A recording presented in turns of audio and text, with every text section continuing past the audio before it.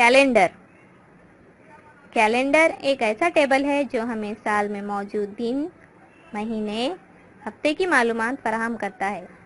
Calendar में हम अहम दिन, त्यौहार, छुट्टियां और मौसम की मालूमात जान सकते हैं। यह हमें 365 दिन की मालूमात फराहम करता है।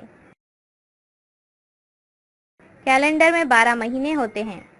जनवरी, फरवरी, मार्च, अप्रैल, मई, जून, जुलाई, अगस्त, सितंबर, अक्टूबर, नवंबर, दिसंबर। 30 दिनों वाले महीने। अप्रैल, जून, सितंबर, नवंबर। 31 दिनों वाले महीने। जनवरी, मार्च, मई, जुलाई, अगस्त, अक्टूबर, दिसंबर। फरवरी का महीना 28 दिनों का होता है।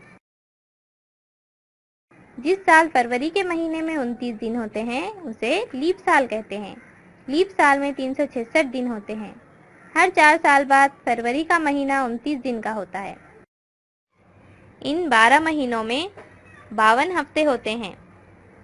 हर हफ्ते में 7 दिन होते हैं। दिनों के नाम: पीर, मंगल, बुध, जुमेरात, जुमा, शनिचर, इतवार।